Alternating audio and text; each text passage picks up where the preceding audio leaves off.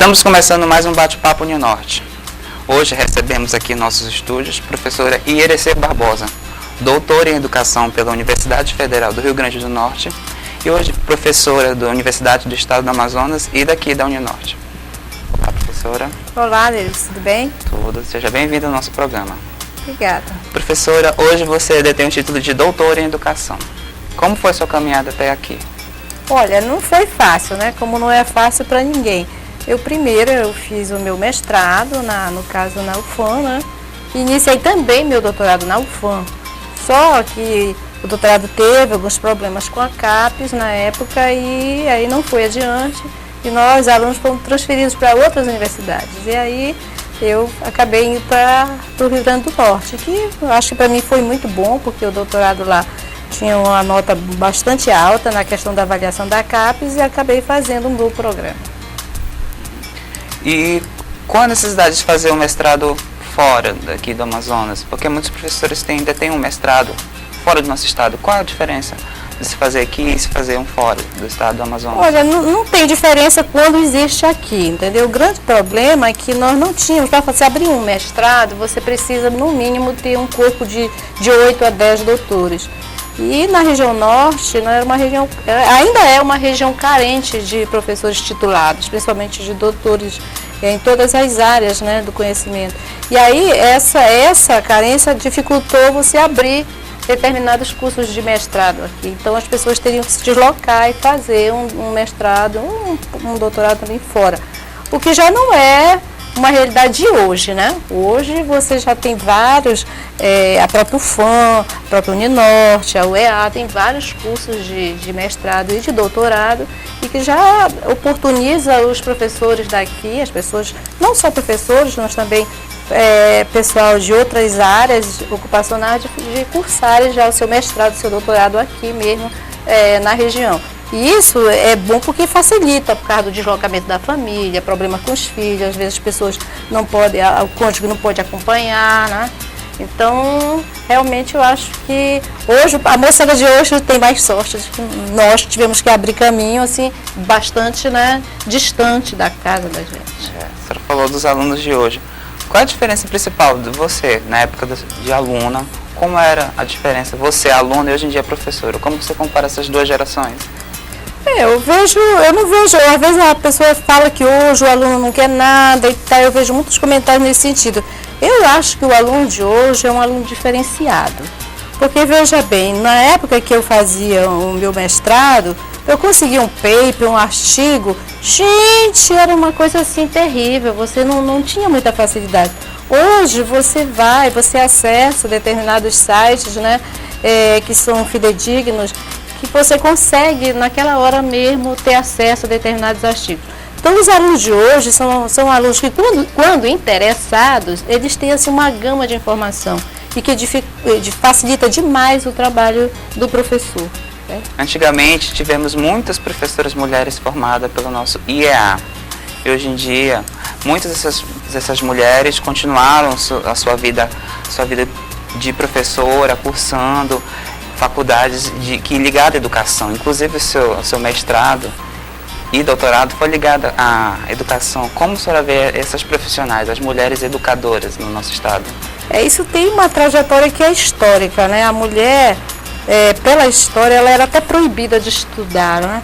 E, no caso, o magistério veio como uma opção que seria uma extensão até do trabalho do lar, ligado à educação dos filhos. E aí, realmente, muitas moças que, quando não casavam, elas iam ser professoras. E é interessante isso, que na história da educação, nós temos aquelas professoras antigas, né, que eram aquelas solteironas, justamente porque elas não casavam, então podiam trabalhar fora, porque a mulher casada não era dado o direito de trabalhar fora. Mas isso faz parte do histórico da educação.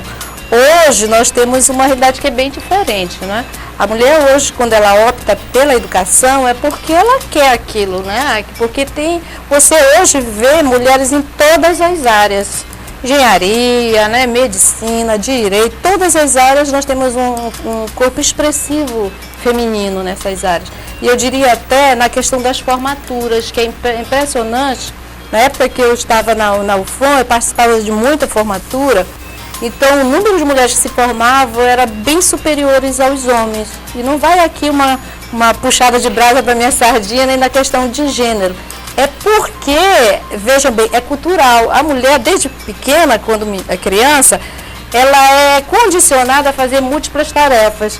Então ela ajuda a mãe a colocar a mesa, ela pega ali, está vigiando o menino menor, ela lava a louça. E aí ela se condiciona a fazer muitas coisas ao mesmo tempo. E o menino não, a mãe poupa o menino. Aí o que acontece? Quando essa menina vai para a faculdade, ela consegue estudar, trabalhar, entendeu? Ajeitar as coisas em casa, fazer múltiplas coisas e consegue se formar. E o menino, se tiver que trabalhar e estudar, ele já começa a se atrapalhar por causa da cultura, que ainda protege um pouco o filho homem. E, professora, como foi a sua entrada na docência? Você escolheu ser professora ou foi só um primeiro trabalho que começou um amor pela educação? Como foi a sua entrada nessa área? A minha entrada nessa área foi através do estágio, né? Eu fiz primeiro o curso pedagógico, quando eu estava no segundo período do curso de pedagógico, ainda que correspondia ao antigo segundo grau, e eu hoje que é ensino médio, né? Então eu fui fazer o estágio e gostei. Então eu digo que eu sou professora, uma professora que passou assim, por todos os níveis de ensino, porque eu comecei a minha carreira como ajudante de professora de jardim de infância. Então, eu era ajudante de uma professora chamada Conceição e já trabalhava com criança de 3 e 4 anos.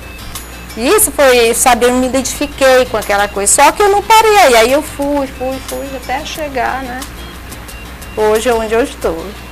E tem alunos seus que você teve o privilégio assim, de dizer, esse eu formei, hoje em dia você no mercado de trabalho também gerando outros professores? Tem, já acompanhei, eu acho que estou ficando velhinha, né? Várias gerações, né, de professores, inclusive que estão no mercado, já fizeram mestrado, já tenho um aluno, inclusive, que já fez doutorado, né? Licença, professora. Agora nós vamos chamar a nossa dica de leitura.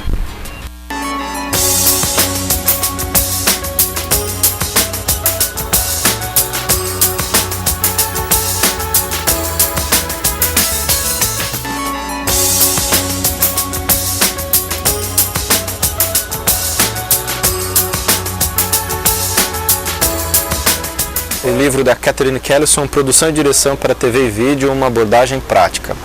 A Catherine Kellison é professora da Universidade de Nova York e uma roteirista e produtora muito experiente na produção de programas independentes para a televisão americana e para distribuição em vídeo também, fora do mercado broadcast. E é um livro interessante que aborda todo o papel do produtor, o que é ser produtor de conteúdos audiovisuais, seja dentro da televisão ou para serem distribuídos de maneira independente, desmistificando um pouco o que é a atuação desse profissional, que tem que ser multimídia, tem que ser muito versátil, trazendo não só essas dicas de manual mais práticas, mas também uma série de entrevistas com profissionais do ramo que ajudam a dar uma compreensão melhor dessa área de atuação. Então está aqui a dica, Produção e Direção para TV e Vídeo, uma abordagem prática. Então, para quem se interessa por comunicação, por produção audiovisual, espero que vocês se interessem e aproveitem essa dica para os futuros profissionais aí.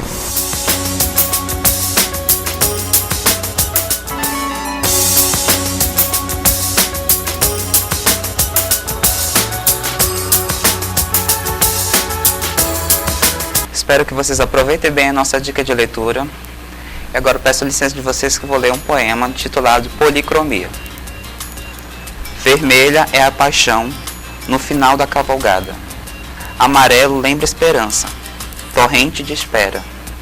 Róseo é a tua boca, quando me assaltas de beijo.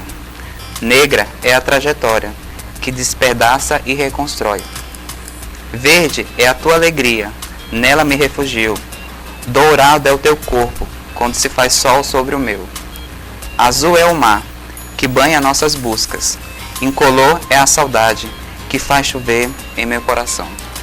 Esse poema faz parte desse livro, Pingos de Ternura, escrito pela nossa convidada Ierecê Barbosa.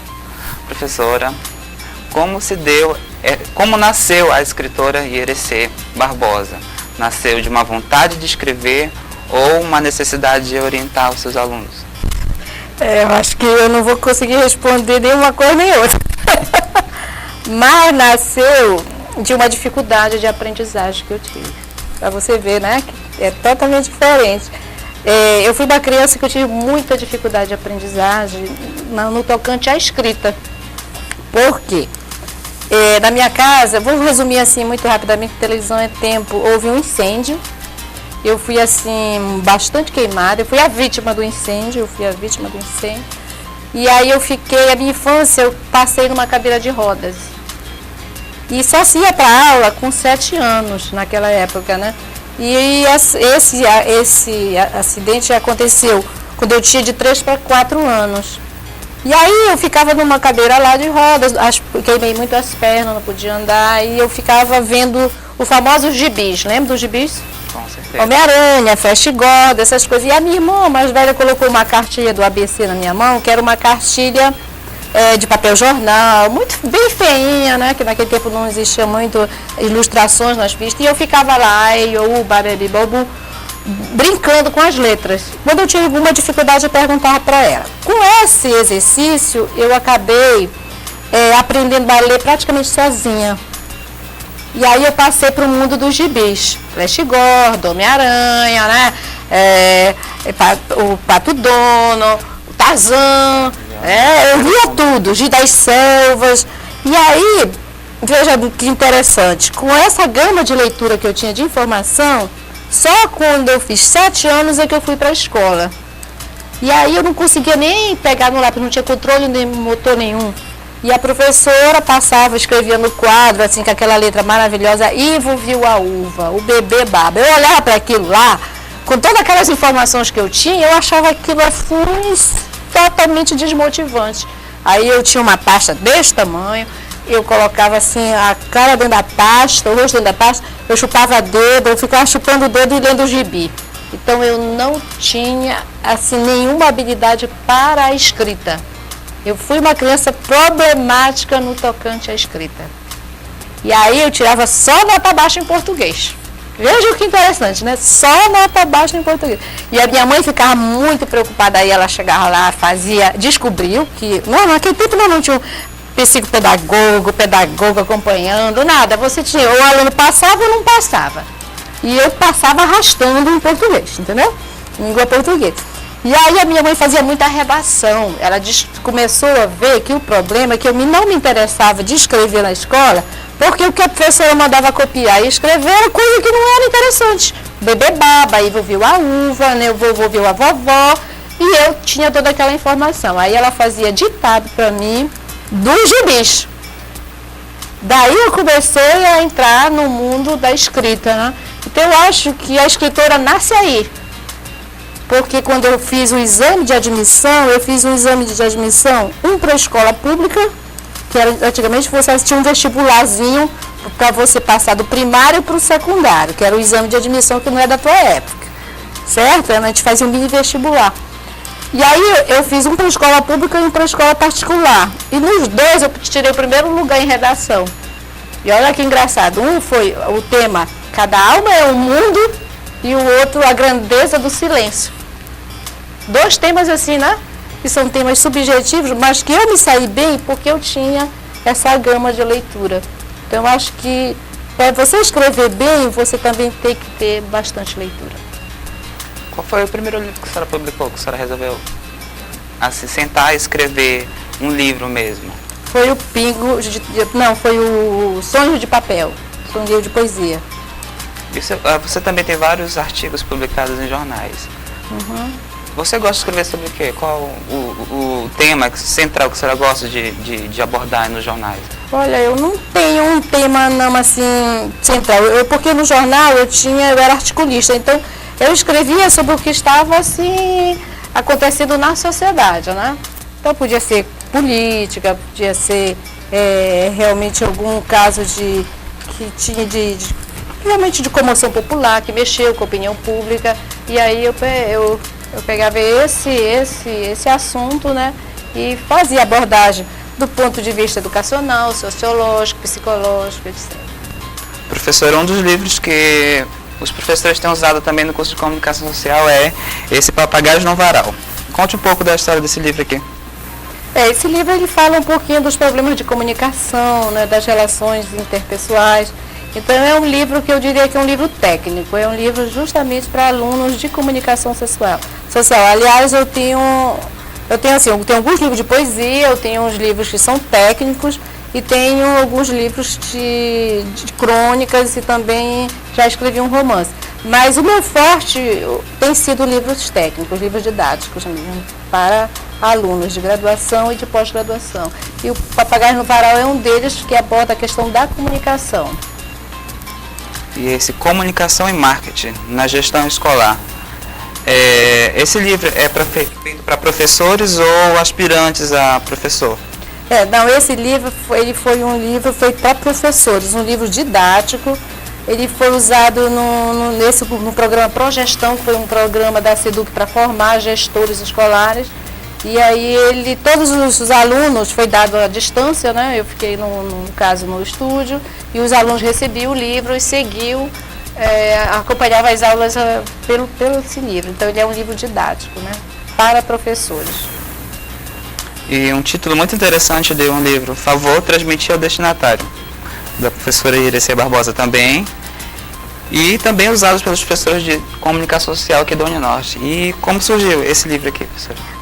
Esse livro é um suprassumo da minha dissertação de mestrado na UFOR, né? O mestrado foi em educação, mas eu sempre puxei a tese assim para minhas duas áreas, né? Como eu fiz mestrado e doutorado em educação, tanto a dissertação de mestrado como a tese de doutorado, elas passam pela comunicação. Então, nesse caso, eu trabalhei os avisos de rádio, aqueles que vão daqui da cidade para o interior. Então, eu fiz uma análise semiológica desses avisos, e que resultou nesse livro aí. Professora Irecê também publicou o livro Chão de Fábrica. Ser mulher operária no Polo Industrial de Manaus foi tese da professora. Como foi escrever esse livro sobre a mulher que trabalha no Distrito Industrial de Manaus? Esse livro deu um pouco de trabalho, porque ele é um resumo da minha tese de doutorado, né? Então eu trabalhei com análise de discurso da mulher operária, né? Também passando pela questão como o discurso ele passa pelos aparelhos ideológicos de Estado, né? Então eu trabalhei a família, a escola, o rádio, a TV, o jornal. Como eu falei para você, sempre tentando fazer essa ponte dessas duas áreas, né, que eu trabalho, educação e comunicação. Professora, peço licença da senhora. Nós vamos chamar um dos nossos novos quadros, a Dica Cultural.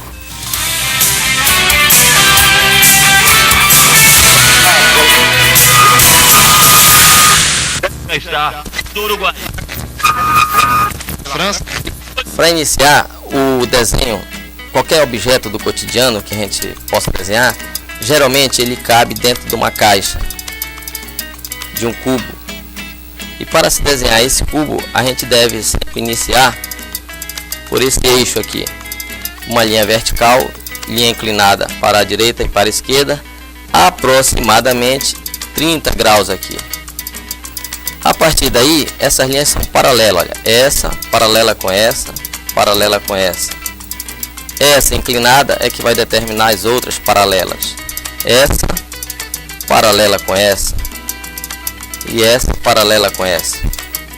Todas as linhas são paralelas e eu posso formar assim figuras geométricas sólidos conhecidos, tipo cubo, paralelogramos, né, prismas, para marcar e iniciar o nosso desenho a partir dessas figuras conhecidas. Veja como é fácil. Você vai fazer a linha vertical se baseando pela margem do papel. Então eu tenho uma linha vertical à mão livre, uma linha inclinada, as outras são paralelas. Essa vertical paralela com essa vertical paralela com essa e com essa. Essa inclinada para a esquerda, outra inclinada para a esquerda, outra com a mesma inclinação. Quer dizer, é só não ter medo de errar e depois usa a borracha para dar acabamento.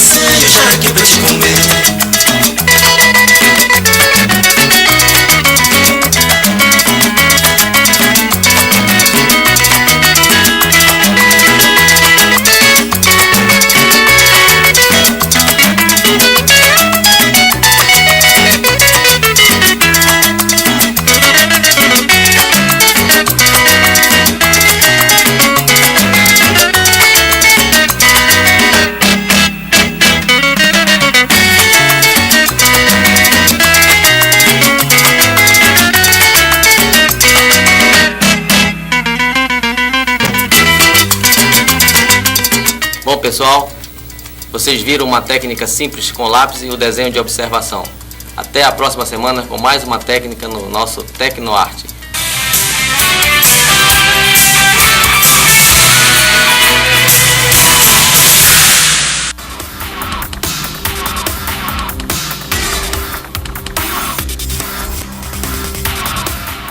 Comunique-se é um portal totalmente voltado para profissionais e aficionados por comunicação. Entrou no ar em setembro de 2001, com o intuito de divulgar notícias de bastidores do mercado jornalístico e colocar em discussão aspectos práticos e éticos da profissão. Mas a verdade é que o portal se transformou num ponto de encontro de jornalistas e profissionais de comunicação. Existe na página um portfólio de serviços para a otimização do trabalho de assessorias e departamentos de comunicação, todas adaptáveis a qualquer empresa.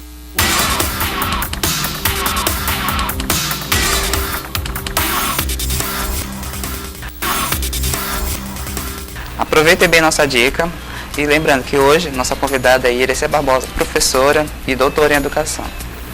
Professora, no que a senhora está trabalhando atualmente? Atualmente eu trabalho aqui no Norte, né, no curso de comunicação social, e também dou aula de psicologia da educação no curso de pedagogia. Na UEA eu trabalho com mestrado de ensino de ciências.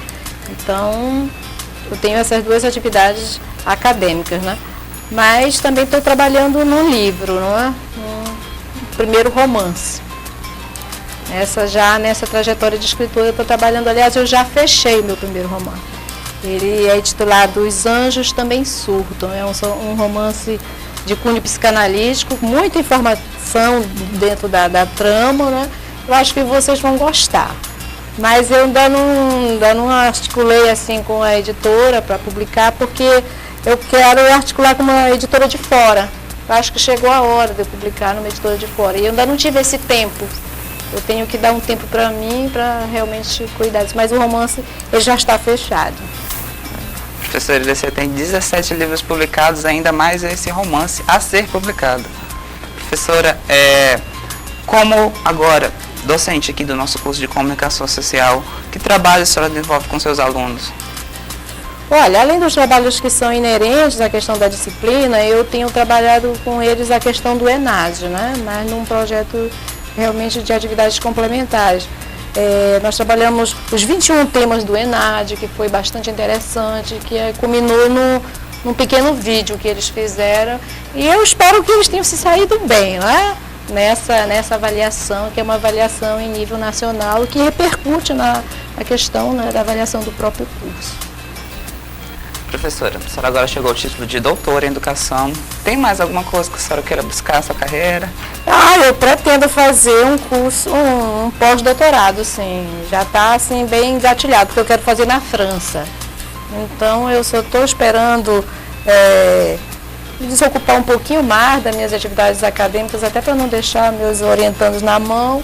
E aí eu pretendo fazer esse curso na França. Também na área de educação? Também na área de educação, tudo casadinho, né? Bem, professora, eu queria perguntar da senhora, assim, no bloco anterior falamos muito sobre livro.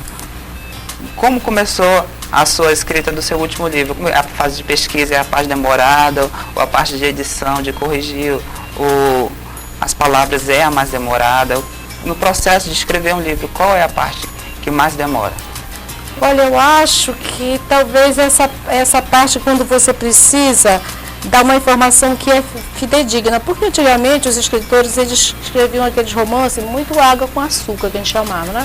Romance de amor, aquela coisa que só brotava da própria, na cabeça dele, da mente, ele projetava o que vinha na cabeça dele na escrita. Hoje, os romances, eles têm uma trajetória mais informativa. Você lê aquilo, é uma leitura que te dá um prazer, porque tem uma trama, tem uma história, mas tem muita informação correta, né? Você vê que os romances pós-modernos, eles seguem essa linha. Então, por exemplo, eu queria colocar no meu romance uma viagem para a Grécia, entendeu? Dos personagens. Só que eu nunca fui à Grécia, é o meu sonho de consumo, né? Eu quero ir à Grécia.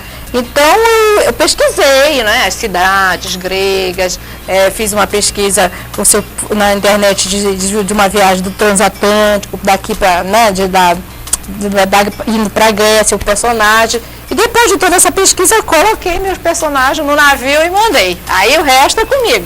Mas você tem que realmente buscar algumas coisas que o leitor sinta que tem um pouco de pé no chão, para não ficar essa coisa, né, só mesmo no mundo da fantasia, que eu acho que já não se coaduna mais com o pensamento pós-moderno. Romance, eu particularmente eu gosto de romance informativo, e eu leio muito. Então eu acho que hoje um escritor, ele além de escrever, ele também tem que pesquisar. Para você ter uma ideia, eu li há pouco tempo que o Dan Brown escreveu o Código da Vinci, né? E hoje está com um livro novo aí na praça, se eu não me engano é o Elo Perdido, né? Se eu não me engano é esse o nome. Ele tem uma equipe que pesquisa para ele sobre determinados assuntos que ele quer abordar no livro. Aí é muito bom, né? Porque ele só faz isso. Mas um dia eu vou chegar lá, assim, só escrever, né? Ficar só apostando nessa carreira de escritora, e me aposentar como professora. E a senhora quer fazer seu pós-doutorado na França. Professora, por que a escolha do país de França para fazer o pós-doutorado? Porque eu tinha assim, uma admiração muito pelos escritores e pelos autores franceses, né? Por exemplo, Foucault, Péchet, que são autores que me ajudaram muito na questão da análise do discurso. E eu acho que a França ainda é o berço da cultura. Agora a professora Irecê vai ler um dos poemas que ela mesma compôs. Vamos lá, meu povo. O poema se intitula Acerola. Ácido é o teu beijo, envolve até a folha. Perfuma o vento, embriaga a flor. Na sacada do teu ombro, sou atraída pelo cheiro. Perco-me na tua forma, consumo o teu sabor. Tua sombra forra o chão, o acaso faz o resto. E professora, o que você aconselha para quem quer escrever poemas ou começar a escrever livros? Tem que começar, né? A gente começar não é tão difícil, não. Eu acho que você tem que ter humildade, escrever, ler bastante, mostrar aquilo que você faz para pessoas que você considera que podem dar uma opinião, né? Que seja crítica, mas que uma crítica construtiva. E nisso você vai aperfeiçoando. Eu acho que, na verdade, às vezes as pessoas chamam a gente de poeta, mas o poeta é o leitor. O escritor, ele é um construtor de poemas. Essa estrutura que você está vendo aqui, ela é o poema. Quer dizer, eu construo o poema. Agora, a poesia está em quem lê. É a essência, ela está no ar, né? Então, você, enquanto leitor, se você for um leitor sensível, você vai ler isso aqui e vai dizer, poxa, mas que coisa maravilhosa. E tem pessoas que não têm essa sensibilidade, entendeu? Então, elas conseguem só ler o poema e não extrair do poema a poesia. E isso vai depender muito de você ir também aperfeiçoando, né, a tua sensibilidade. Obrigado, professora, pela sua presença. Eu é que agradeço. Espero contar da próxima vez, mais pra frente, de novo. E obrigado pela sua audiência. Ficamos hoje por aqui e até o próximo Bate-Papo Uninorte.